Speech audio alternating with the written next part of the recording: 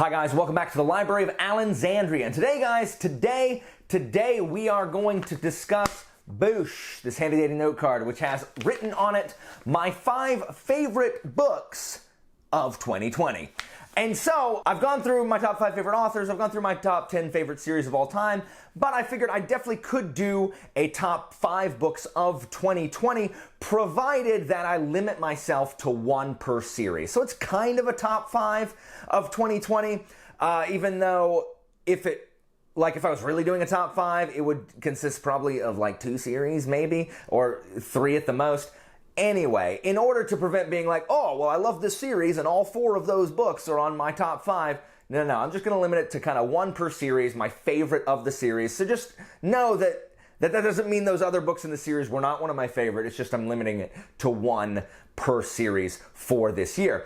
In addition, I've got 3 honorable mentions here. 1 is like a close 6th place, and then the other 2 they probably would be on my top 5, except for the fact that I have read them. They are rereads. So for this, I'm gonna put rereads in kind of the honorable mention, and only put books that I've read for the first time on this list. So without wasting any more time, here are my top 5 favorite books of 2020, starting with the 3 honorable mentions. The 2 honorable mentions I have that are rereads is 1, Guards. No surprise if you thought that was going to be my number 1 here. Oh, plot twist, because it's a reread, so I'm not going to put that on my top list. Guards, which is the first City Watch book, we get introduced to Captain Vimes and the kind of derelict Night Watch. We're introduced to our boys Colin, Sergeant, who's never going to be anything but a sergeant, and Nobby, who has to carry a card to prove that he's a member of the human race, except that he was kicked out of the human race for shoving, according to Terry Pratchett. We're also introduced to the Patrician and really Ankh-Morpork at large. I think this was Pratchett's 8th book in the Discworld series that he wrote, and so we've seen Ankh-Morpork in other books, but here is really kind of we get to breathe it in and walk underneath Captain Vimes's feet as he kind of restores the reputation of the Watch. There is a mystery, there are people trying to overthrow the Patrician, and there's a dragon. And it's Pratchett at his finest. It's everything I love about Pratchett. You've heard me talk about Guards ad nauseum, so I'm not going to talk a ton more about it here. Check out any of my other videos, top 5 authors, top 10 series. Check out my Guards review, my Discworld primer, any of those, and you'll hear me talk more about Guards. Now, another honorable mention on my rereads is a book I read in January, and that is The Bonehunters, book 6 of the Malice and Book of the Fallen. And guys, this book is so good. Like, it's where he finally got to his 1,000-page ridiculous foolishness. But unlike the kind of books that come after it, the 7, 8, and 9, there's not a ton of filler in the Bonehunters. It's kind of the conclusion of the 7 Cities campaign. It has the infamous Siege of Yucatan, which is just an amazing 130-page chapter that is just so compelling. I defy you to start the Yucatan chapter and then go to bed before you finish it. You can't do it. You're staying up all night to finish it. And then there's just a ton of stuff that happens. Like when I'm thinking about like Dust of Dreams or Toll the Hounds, like I can say, okay, this is the thing that happened, because it all culminates to like, this is the thing that happened. But in Bonehunters, this happens, and this happens, and this happens, and this happens, and this happens, and this happens. There's so much cool stuff that happens. The stuff near the end with kind of like some political stuff, turning on like a populace, and what we learn about propaganda and everything, that's just fantastic. The resolution of that in some of the side novels is not as fantastic. Return of the Crimson Guard just butchers it like it does everything else. And but the freaking anime style conclusion in just if you've read Malice, or if you've read Bonehunters, the Malice City stuff, Like, that is straight out of an anime, guys. Like, are you kidding me? Like, that crap can't happen, except that it can. Power levels overnight. It's madness. It's just so good. It's so good. I love the Bone Hunters, but I had read it before, so even though it's a fantastic book, I am putting it in the honorable mention.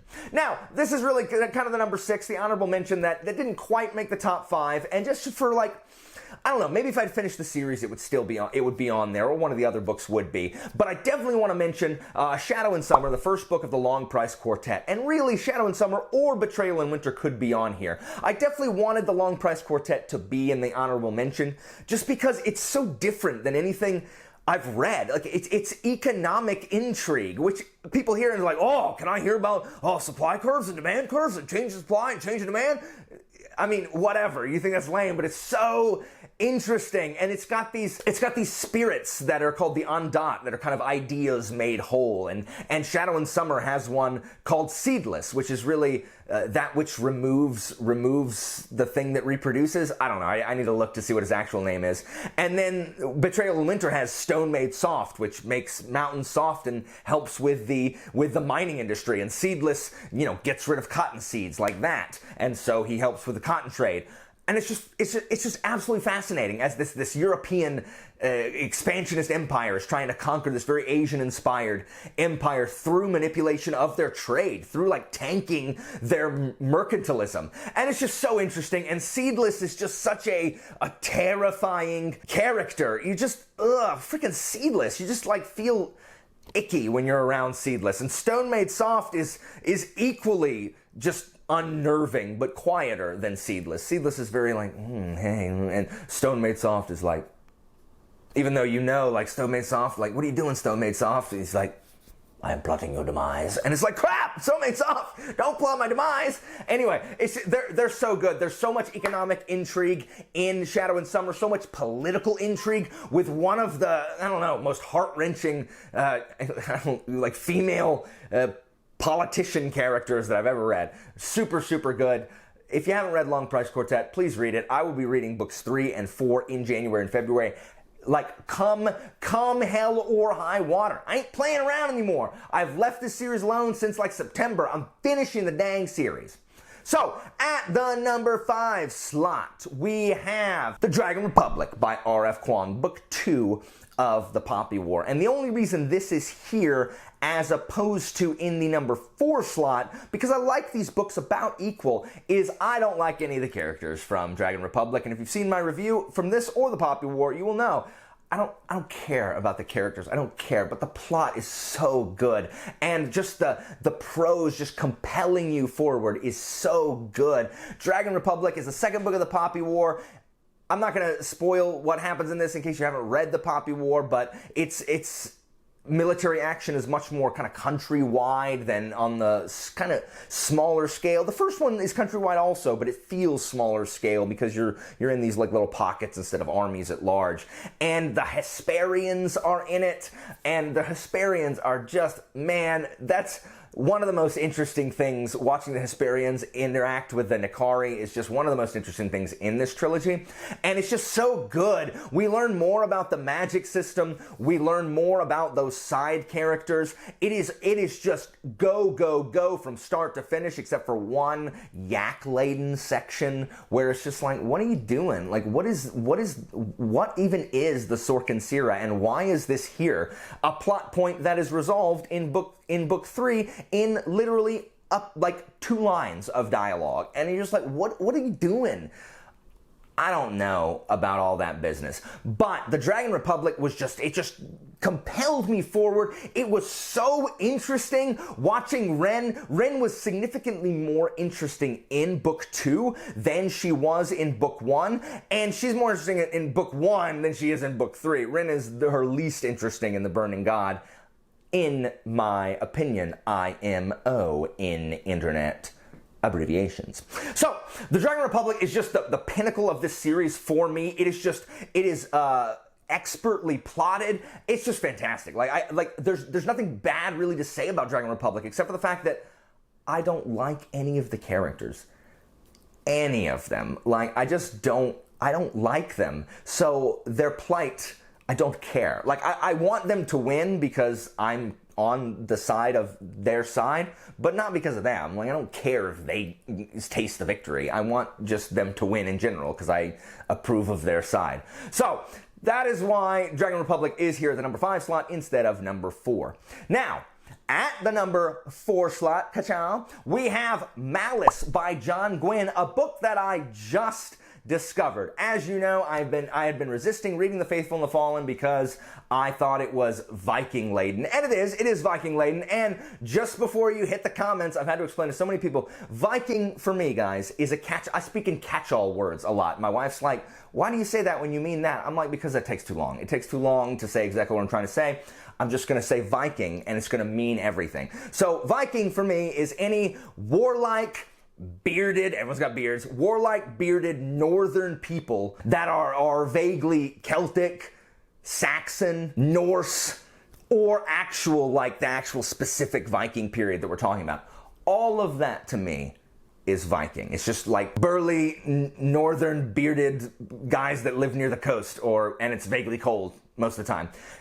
That's Vikings to me. So that fits this. That fits Malice. It's those people. Even though I guess it doesn't really work since he's literally putting out a book this coming year that is literally about Vikings. But whatever. Malice is so good. Like, the first half is slow but never boring. It is quite slow, but it's never boring as we're introduced to the characters and kind of it's building toward this eclipse. And after the eclipse, man, everything just goes and it hits the ground running, and it like grabs your shirt collar and it's just dragging you, and you are like, hang on, I'm trying to keep up. Give me a second. Like, let me catch my breath. There will be no breath catchings. It's so compelling, and it just feels very classic and very traditional, but with its own spin, and it's not dense or bogged down. It's not a slog to read. There are a ton of names, and everybody kind of looks the same because everybody's got a beard and all the names are super similar. It's like 4 names that start with B and are all super hard to like keep track of. From what I've seen in Valor, there's a freaking glossary of dramatis personae that has all of the list of the character names. If only that was in the first book, it would have been just complete. All my all of my complaints would have been gone. I didn't really like Corbin, that the little 14-year-old boy to start with, because I don't really like those coming of age stories, kind of chosen one thingies. But he grew on me because he's just a delight. Corbin, you just want to like tussle his hair and be like, you get him, Corbin. And it's just good. Like, it's just a rougher around the edges, less nuanced, less slow Game of Thrones, if you will. And I think the comparison is apt. And you know, I don't make that comparison for no reason. But Malice, I loved Malice. I love a lot of the characters. One of the villains is in it. It's just such a good arc. It's such a good book. Easily takes my number 4 slot. I'm so glad I read it before the end of the year so I can put it here. Now, in the number 3 position, we have my very first Brandon Sanderson novel, and the only one to this point that I've read, and that is Mistborn, aka The Final Empire, book 1 in the Mistborn trilogy. And man, guys, people told me I was gonna like this. I know my friends Elle and Jesse told me that I was definitely gonna like it just because of it ticks a bunch of the boxes that I really like, and they were so right. Like, it is just from start to finish just had me, because there's a revolution, first of all. Revolution, an evil empire, a band of people trying to overthrow this great evil. There's a freaking heist. Man, it was just so good. People who stand for idealism and idealism gone wrong. And then there's political intrigue, which I did not expect all the political intrigue stuff. The magic system is really interesting, and I still think that I actually prefer softer magic than hard magic because it just feels very, I don't know, it feels like they're just using magic items, or they're using like, oh, I can use this ability and I can use this ability and this is when it runs out. It all feels very, very magic points. I don't know.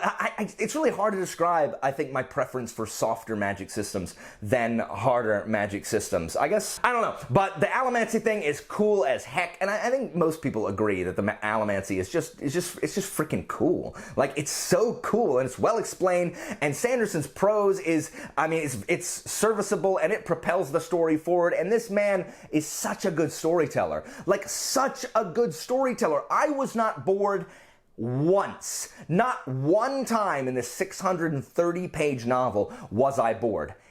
Ever. And that is saying something. Like, it didn't even feel slow to me. It constantly felt like something was happening.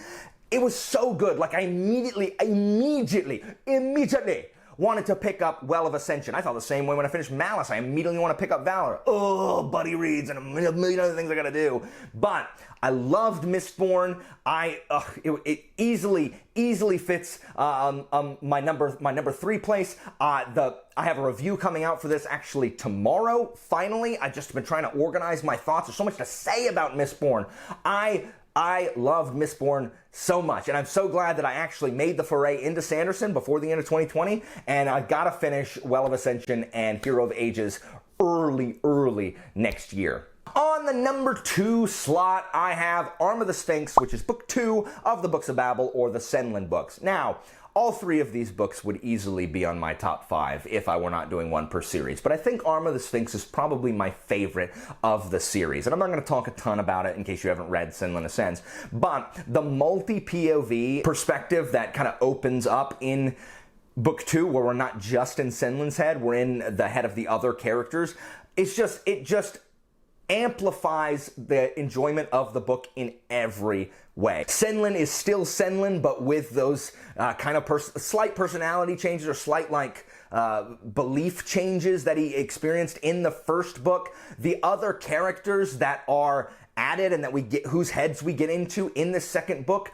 are all great. There's one that I'm just like, ugh, nobody likes you. But even that character is just leaps and bounds over a lot of other characters in other books. They all feel very different. They all feel very real. These characters, these are real people in extraordinary circumstances with real desires and real hope and real motivation.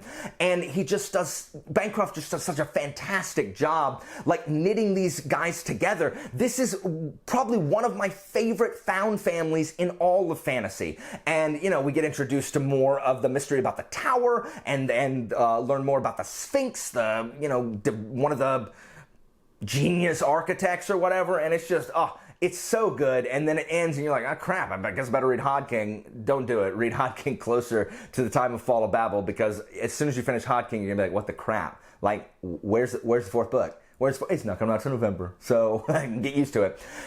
Arm of the Sphinx is so good, easily my number 2, beaten out only by my favorite book that I read this year that was not a reread, and that is Tyrant's Throne, the 4th and concluding book of the Greatcoats series by Sebastian de Castell. And Tyrant's Throne is the only book this year to get the rare and coveted Superb Plus rating on the Kingpin approval system, and that is because Tyrant's Throne on its own is a fantastic book, but when taking Tyrant's Throne as a conclusion to those first 3 books, it is just a magnificent masterpiece, a fantastic, epic conclusion to an already amazing series that takes all of the mythos established in those first 3 books and really deals with all of it here. The villain is just intriguing and interesting, and kind of you're like, dude, I totally get it. And it's compelling, and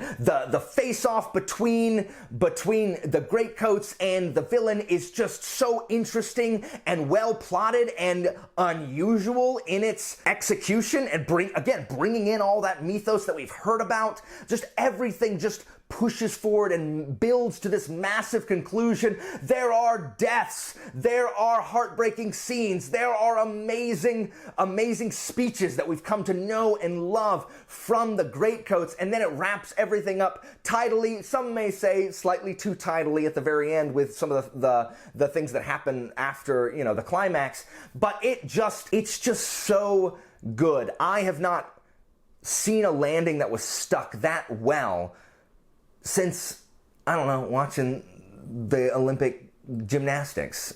I don't ever watch the Olympics, never mind. This is one of the best conclusions to a series that I've read in really forever. I'm trying to think of conclusions to series. Soldiers Live was quite good for The Black Company. I did not enjoy Burning God. I'm still reading Crippled God, so we'll see. I've heard that sticks the landing really well. I don't know. I'm trying to think of other series I finished. Oh my gosh, have I just not finished any series? Anyway, Tyrant's Throne takes everything I love about the Greatcoats and throws all of it in. Like all the things I love from 1, 2, 3, throws all of that in a big old pot for just... it's just the Greatcoats turned up to 11.